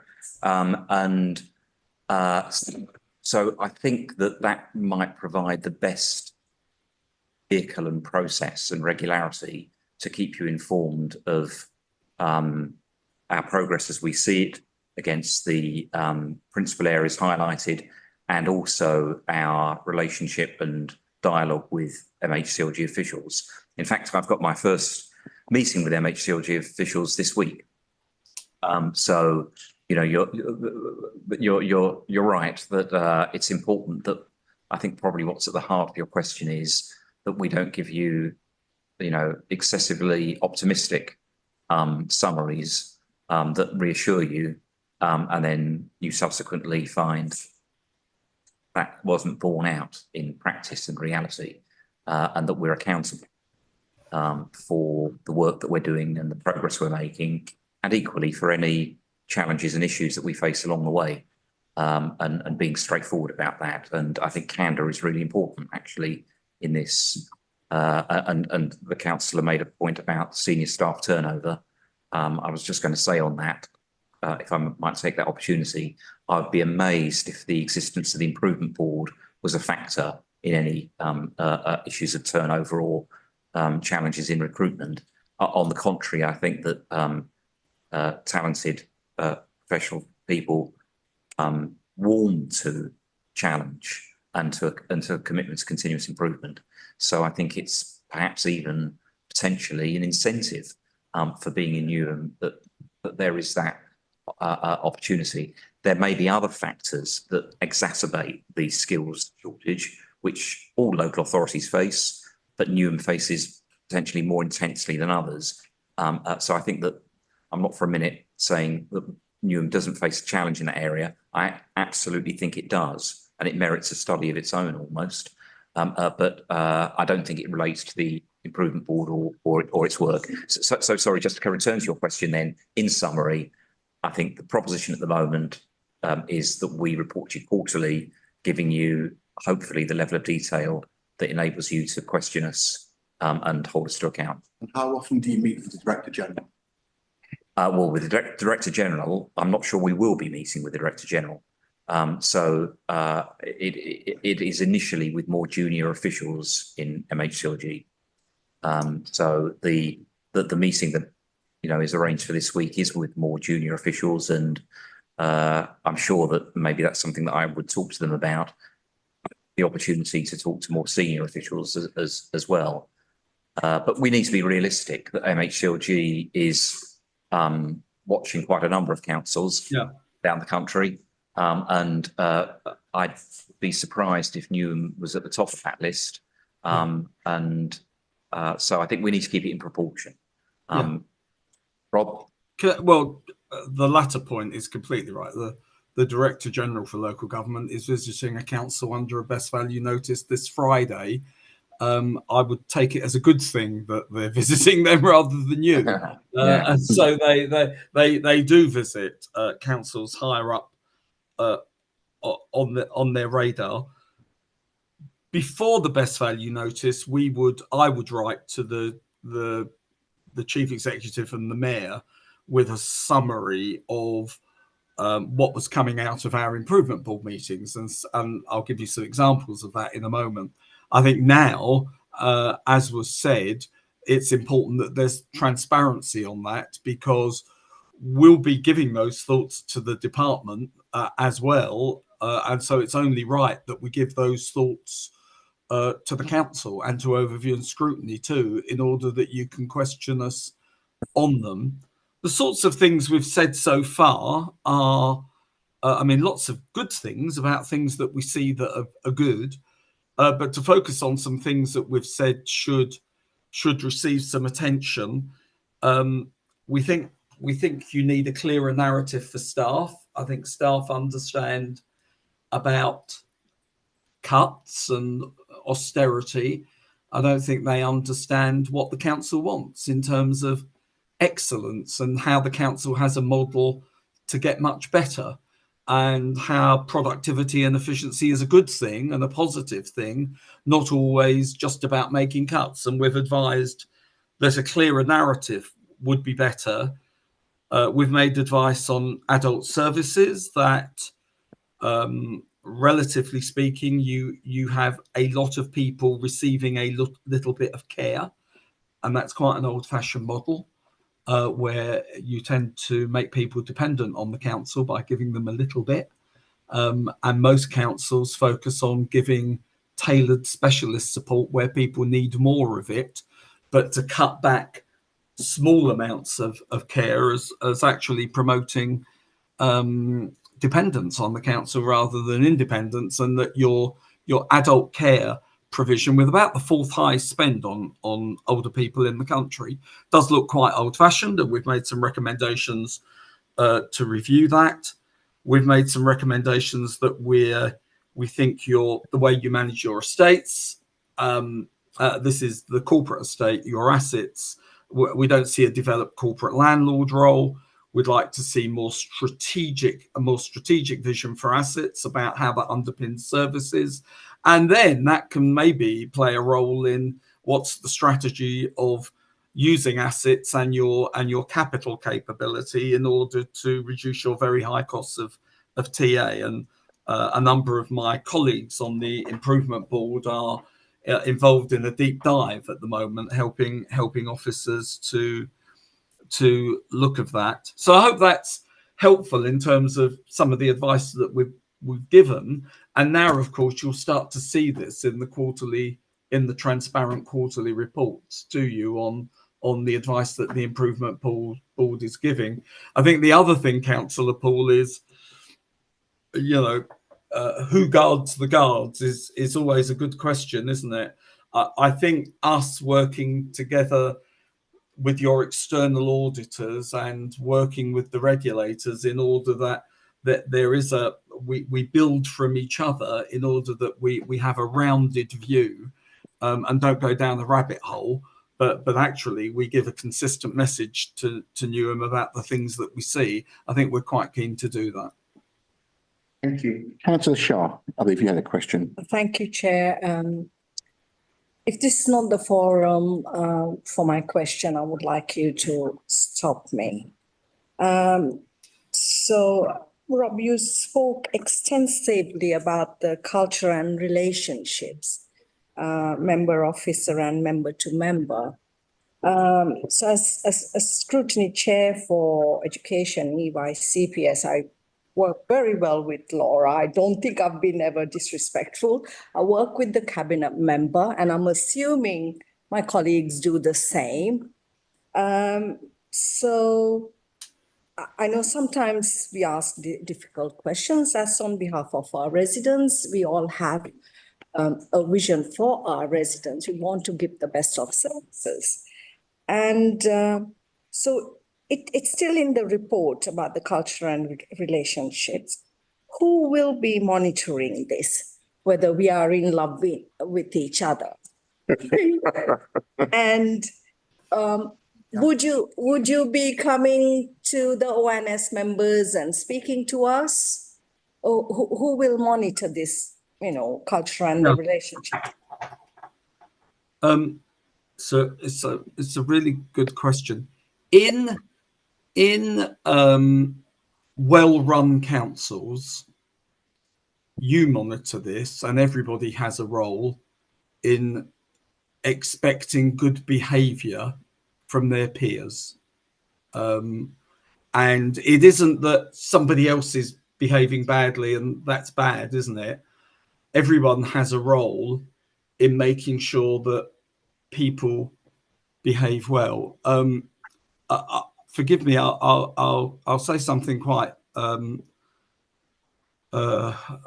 say my words as carefully as possible. But for example, I sort of expect members to work with other members and help them improve their behaviour. On the whole, you remember years ago, I was chief executive of Barking and Dagenham next door when we had the BNP. And if I had £1 for every time members made complaints to officers about the behaviour of other members, I'd be dialing into you now from the Cayman Islands. It was none of my business at dealing with member-to-member behaviour. It wasn't the job of the institution of the council or me as the chief executive or the monitoring officer. I expected members to sort things out. Now, or being flippant, you know, if blood were drawn, yeah, I'd take an interest in it. But on the whole, I expect Labour group or any group, political group, to deal with behavioural issues within there. And I think, yes, there is a role for the monitoring officer. Yes, there is a role for the improvement board. But most of all, the institution of the council deals with people's behaviour through the mayor, the cabinet, group officers, collectively making sure that there is respect between members and that there is respect between members and officers. And I see lots of councils where that culture exists very well and officers don't get dragged in to sort of member behaviour stuff, because on the whole, members take the view that that's part of their job of being a member to deal with it. Respectfully, I think there's an awful lot of sort of a view that officers get dragged into it and then it's their fault if it isn't resolved and everything. I really encourage members to think about how you use your political groups and how you use the institution of the council to resolve stuff. It's fine to have different politics. It's not good to launch a personal crusade against other people. And I really think your governance issues are about collective behaviour and all of you policing each other. Thank you. Councillor Masters. Thank you, Chair. My question builds on the reflections from my colleague, Councillor Shah. I too feel that historically my scrutiny has had a very good relationship with officers, with the cabinet lead. You know, we have regular meetings. I think CQC were quite surprised by the depth of relationship between my scrutiny and the lead member and the wider system in terms of the triangulation that goes on. But leaping away from that, I think what surprised me is, and this is comment on a position, not a person. We exist within a mayoral system. The mayoral system was quite heavily criticised, or elements of it were within the peer review, which I feel was reflected to a large extent elsewhere within the best value statement. But I'm interested that there doesn't seem to have been any comment on that role within the best value notice. And yet, you know, in addition to this continued reference of scrutiny, despite the fact that we finished our improvement programme, there's a lot of talk about improving relationships in cabinet, providing mentoring to cabinet, which was something that I don't think got raised in peer review that I can recall. And yet there's no mention of the one role that is absolutely at the centre of our system and that still has multiple portfolios, which was a really key area of criticism within peer review that I think wider council would relate to. So I'm just no, thank you. So Steve Bullock has joined the panel, I should have said that at the beginning, Steve is the former mayor of Lewisham, and there are some places where the mayoral model is viewed as having worked very well and is popular within the community. Lewisham is one of those. Hackney, the mayoral model, I mean, some difficulties around an individual, but Hackney received the Local Government Chronicle Award for the most improved council in 20 years. So there are places where the mayoral model is viewed to have worked, and there are places where it's never quite gelled or landed and remains an issue of contention, and Newham is one of those, isn't it? And so I hope Steve and the panel and the LGA can help you work that through. And we're really keen, genuinely, for you to have best foot forward in a year's time and move on from this best value notice. But being reconciled to what's the role of the mayor and how does it work and how doesn't it work, I hope Steve can help with. The government, of course, is unlikely to, you'll know, in a policy terms, the government's probably reached a position where new mayors will be for combined authorities and strategic regeneration, and probably not individual authorities. But I hope that gives you an honest answer. That there have been issues about the mayoralty for a long time in Newham, in a way that in some other places it's viewed as being a success. And I think it's a really good question to ask, because if we could understand some of why it's, why it's a bit different in Newham, to say how it's been in Lewisham or Hackney, it might help you to discuss that and think of a way forward. Are there any other questions? Because I've got a couple of questions. The first question is really to you, Rob, and how you actually fit into the system. My understanding of the Transformation Board was that it reported through to the Chief Executive, and there was a board, and I now understand that there are the mayor is on the Transformation Board, and the district deputy mayor is on the Transformation Board. But what seems to be happening is that the Transformation Board seems to be morphing into something else. I do appreciate that the reason why it was brought in was it was Commissioner Light. And what strikes me now is that we're not Commissioner heavy, but Commissioner semi heavy. So I'm just trying to get clarity for the roles and who's reporting through to who.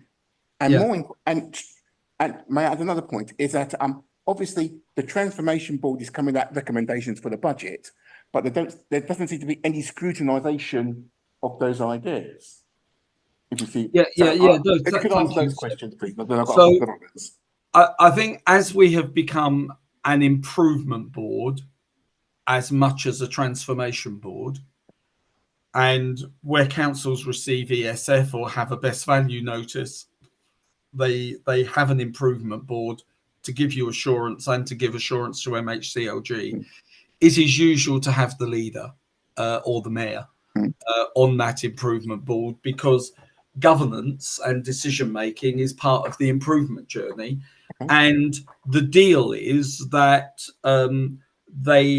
we bring on a politician, a leader from external, so that actually we recognise that governance is itself an issue. And just like the director of children's services comes along and there's an expert on children's services, so the mayor comes along and there's an expert on governance and political leadership. And so my suggestion is that in line with other improvement boards that I've chaired or belong to, it is usual to have political representation on that. That shouldn't affect to whom it reports. Things will report to the Mayor's Oversight Board, they'll get discussed at Cabinet, they'll get discussed at Overview and Scrutiny, even though the Mayor is herself a member of it. And that is usual in other places. Otherwise we can discuss, I don't know, it can become a little bit technical, as if the improvement journey is only a managerial one. And when you get into the discussion of prioritization, good governance, behavior and culture, actually, in my experience, it's good that members are part of the improvement board. The question on how we don't so much look at savings. We know they will come into the budget plan based on the transformation work that we're giving advice to you on. And so I imagine, and I look to Comrade here, that I gave you the example earlier, didn't I? That we gave some advice about how your adult care cost structure looks compares to other places. That will work its way through to Comrade and Jason coming up with proposals that I imagine will go through budget scrutiny. But Comrade, you might want to comment. So I challenge that, don't to endorse what's been said there. Again, not the role of the board to sort of go into each individual proposal or anything like that. Be sort of supplanting the council's political leadership with these to do that. So I think that example is a good one. Where you would be disappointed if you see through the budget process either something best as achieving adult patient care, or convincing clear explanation of why actually that is the way it is for these policy or demographic reasons or whatever. Yes, there's an important part of the budget sort of logically hanging together, and that's a good example there of where you'd expect to see something for a good reason as to why there wasn't. Rob, you didn't answer my first question about to whom the board reports to, because previously we were informed by the previous chief executive that the transformation board reported through to her. So is it the case that the transformation board reports through to the new chief executive, or does it have another reporting line? I imagine that will be looked at by the new chief executive. I think we have a working reporting line to the chief executive, but also I think the mayor, and the mayor may want to comment on this, takes the outputs from the board to the mayoral oversight process. But I'm very happy to, if you think that needs further clarification, Chair, very happy to look at that. I think that will be helpful. Councillor Paul. Yeah, perhaps a supplementary on that. I've changed my question 3 times based on the answers I've got. Yeah. Perhaps as a question to Paul. The transformation board from memory has about £3.8 billion savings to take 300 members of staff out. Not quite clear on what successes of the improvement board. Then we've got the corporate plan. Sitting beneath the best value notice, there are a number of silos. There's a financial one, there's an insurance one. Could it be where, I think in terms of a balance score, where on one piece of paper, everybody can see who's reporting to whom? I'm not quite clear at the moment what success looks like. Everybody's got a piece of the pie. Everyone's patting themselves on the back. I'm not sure it all fits together, and I'm being constructive. It's a very interesting question, and one that actually I've been discussing, Chair, with my some of my colleagues today. Clarity, and Mr. Whiteman touched on it when he said he thought perhaps that we need to do some work on what the narrative to staff is about priorities and organisational focus, and the clarity about our purpose and priorities and focus is essential. And I mean, on the corporate plan, the final year of the corporate plan, we're in now, aren't we? 25, 26. And it's difficult to establish a new corporate plan ahead of elections in May 26, because it will be informed by manifestos and the priorities of the incoming mayor and administration. So we need to give that some more thought rather than sort of me extemporize right now. But I think that the heart of your question, which is how do we coalesce these various different plans and priorities and into a single picture and be able to track performance against them, I actually think the best value notice might help us in that, because it's given us 3 headings which are very broad financial sustainability or improving services. They're very broad, and we could develop them, I think, into a call to arms for the whole organisation, with, I think, in a way that would engage all members and staff. So you wouldn't expect me to say that work has been completed, but I think you're right in diagnosing its need. Yeah. Could I just add something, Councillor Paul? And I mean this well. It's a good question about, is there clarity on what the deliverables are? And I like all of that. The bit I didn't like in your question was because it stops everybody carrying on patting themselves on the back. That's the sort of language which I really advise you and all members to try and cut out of your conversations, because one, it reduces the point that you're making, which is a good one, but it just adds that little bit of personal, I don't think you're very good and you don't know what you're doing and I've got better instincts and intentions than you have because you're just feckless and patting yourself on the back. I wouldn't do it. And I'm sorry to pick on you, but it's poor. And I would just advise all members to get into the habit of making a brilliantly incisive point without the sort of the more evocative phrases at the end that I think are unnecessary. Do you wish to make a comment on that, Councillor Paul? Yes, Chair. Brief. Look, I didn't mean, when I meant pat myself on the back, I meant no malice in that. I do take exception the tone of your comment on that, if I may say, Rob. In my comment, I meant no malice at all. And as you would have noticed in my question to the Chief Executive, I actually gave a constructive solution, perhaps using the balanced scorecard mechanism to bring the clarity together.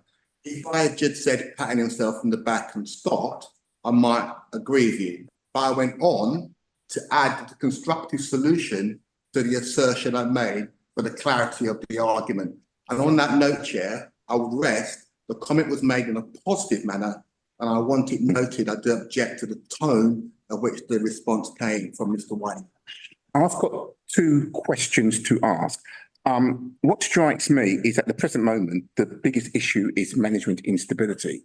But my question to the Chief Executive, what is his plan to ensure that we have an element of stability at the upper levels and at tier 2 and tier 3? That's the first question. The second item is a comment that maybe the biggest issue is the hole in the budget and the financial sustainability. And I can assure you that certainly on the scrutiny side, we are all up for a positive debate and up for making incredibly difficult decisions. Hence my comment in the finance section about some of the assumptions that you're making about temporary accommodation. So you could answer the question about staffing, please. And I'll ask the Mayor to come with a comment. So there's a few things I'd say about the excessive turnover at senior levels and significant dependency on interim staff at the senior level. The first is that I think my job, a crucial part of my job, is to provide motivating and supportive and encouraging leadership to all of the staff, but particularly senior staff, such that they feel inspired to stay in Newham and indeed for new colleagues to join us where we have vacancies. So I think that an important part of the plan is my own accountability to make this a place where people want to come and stay and develop their careers. That won't happen in a day. It'll take some time, and the council's gone through a tricky period. And as I'm sure you're aware, we work in an industry where people talk to each other, and there are professional networks, and conversations are had. People who might be thinking about Newham need to decide, am I convinced? Will I come here and thrive and succeed? That's, I think the second thing I'd say in terms of a plan is it's partly my job and my senior colleagues in corporate leadership board to do that, but it's also it plays to culture because it's the totality of everything that goes on in the council that informs its reputation as an employer of the best talent. So in that sense, I can't, as in almost anything, I can't do it. I need the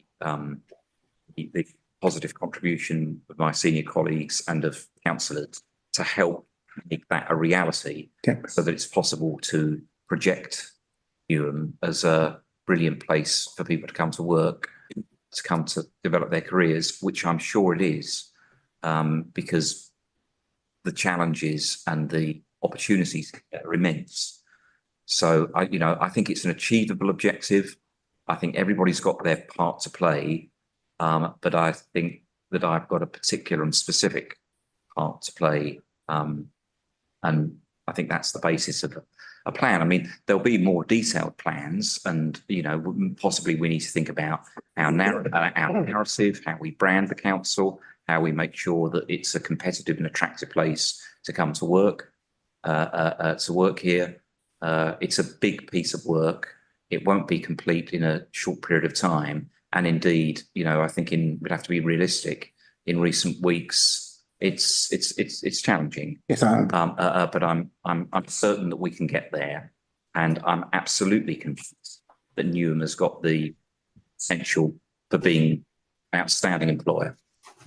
Thank you. Mayor Fiers, do you want to make any comments? Concluding comments. I've really appreciated the contributions and the incisive questions. I think the contributions from both Paul Martin and Rob Whiteman have been excellent in reminding us as members our collective and individual roles to continue delivering for Newham residents and keeping our minds focused on that. And I'm looking forward to the ongoing conversations, dialogue, discussion as we progress forward. So thank you. Thank you very much. I think we'll end on the best value here. I absolutely failed in my first meeting to finish by 9 o'clock, but I shall endeavour to see if we can get through the final items relatively quickly. So we're now moving on to agenda item number 8, scrutiny chairs updates. And I'm looking to the scrutiny chairs to say if they've got any particular updates. Shall I go first? You go first, Councillor Shah. We met June to agree on the work plan for the commission. Members were enthusiastic and eager to start the work. They expressed a strong interest in visiting some of the key services, including adult learning, youth justice services, and the pupil referral unit. And these visits will be arranged in due course. And I think the mayor will remember she was at the first meeting and she wanted to be part of the commission, remember? So yeah, it was that's what we discussed at the first meeting, and my next meeting is on the 15th of September, first meeting. Councillor Masters. Thank you. So in terms of my scrutiny, we've also set our provisional work programme. As you can imagine, it will be heavily influenced by the outcomes of the CQC report. Safeguarding is a standing item on our agenda, and we'll be returning to that. In terms of the wider system, we're going to be doing a piece of work cutting across several meetings that we're referring to as close to home, which will be building upon the new 10-year plan, looking at the pinch points going into and coming out of hospital and how services are working together. This was something that came out of conversations with partners across our system as being an issue. We'll also be looking at alcohol abuse, we'll be looking at the facilities we have for people with high-level learning difficulties, which has come out as an area of criticism. We'll be looking at the new mental health strategy in the light also of the pilot that is underway now in Tower Hamlets around having simpler, more accessible models of community mental health for people in mental health crisis. And the only other thing is there's one thing that needs to come off the work programme. Unfortunately, Health Watch has been abolished in the new 10-year plan. So I imagine we'll be having an item on incorporating the service users' voice that will take the place of Health Watch, hopefully, along with an effective way of articulating that in our new system. So yeah, that's Health Scrutiny. And I don't. Okay. Thank you very much, Councillor Masters. In terms of overview and scrutiny, we had our planning meeting and that was as set out in the agenda. And what we have agreed this evening is the budget, not the budget working party, but the informal budget meetings. Can I just say, those worked incredibly well last year. Officers were incredibly helpful and we had some interesting discussions which had a good impact upon last year's budget commission. And I'm looking forward to those meetings and making a positive contribution to finding substantial savings for Newham Council. Right. Next item, agenda. Apologies from Councillor Garfield. Agenda item number 9, forward plan of key decisions. Do I have to read this out? Yeah. The agenda item is that for us to review the forward plan. Members are requested to review this on a regular basis, raise any issues, inquiring clarification with the lead officer identified against each entry. This will help us identify any issues requiring consideration for inclusion in overview and scrutiny indicative work programme. Do any members have any comments on this agenda? I move that this agenda item is noted. Do I have a seconder? Thank you very much. Agenda item number 10. This item is to appoint and confirm members of scrutiny commissions, scrutiny working parties, and membership of external bodies for each priority topic agreed in the scrutiny work programme. Membership was announced at the annual council meeting on the 22nd of May, 2025. However, there are some changes since then. Yeah. I do have a statement. Thank you very much. I do have a statement to read out and for you to agree. We're in the process of seeking co-opted members for our committees. Paul Leslie has offered to continue at least until recruitment is conducted. Paul Leslie would like to continue as a co-opted member for the Overview and Scrutiny Committee and be considered additionally as a co-opted member for our other scrutiny commissions, including the relationship between Black Boys and the Borough. Local authority scrutiny commissions rely on co-opted members for their additional expertise and their time. I thank our co-opted members for their contribution. I move that Paul Leslie continue as a co-opted member for the OSC, the relationship between Black Boys and the Borough Scrutiny Commission, and one other scrutiny commission. I note that Councillor Anthony McCalman was erroneously not named as the chair of the relationship between Black Boys and the Borough Scrutiny Commission. I propose correcting this now. I move that Councillor Anthony McCalman be named as chair of the relationship between Black Boys and the Borough Scrutiny Commission. This is a correction of the council papers from the 22nd of May. Are there any additional appointments or changes to membership not listed in the papers? I move that the memberships as listed in this evening's agenda papers or as amended here at this meeting to be confirmed. Do you have a seconder, please? Thank you very much. Right. Thank you very much for everyone. I know this has been an incredibly difficult meeting. I'd like to thank, I think Rob's gone. Has he gone? Looks like. You can tell that Steve, and even Steve Bullock's gone. I was going to thank them for coming. Date of next meeting. The next meeting of this committee is scheduled to take place on the 16th of September. And items on the agenda to include items which will be agreed at forthcoming meetings. I'd like to thank you all for attending. I'm sorry that he overran by 5 minutes. You just can't get the chairs these days. Have the laugh. You really can't get the chairs. You didn't quite have the laughs that you promised. No, But Just a joke. maybe that's one reason I'll be reneged on it. maybe that's the next meeting. Everyone have a very good meeting. Thank you for attending a very, very difficult meeting. Thank you, Chair. And it's the 6th. No, that wasn't mine. Next meeting on the 6th of September, and the meeting ended at 21. Thank you, Chair.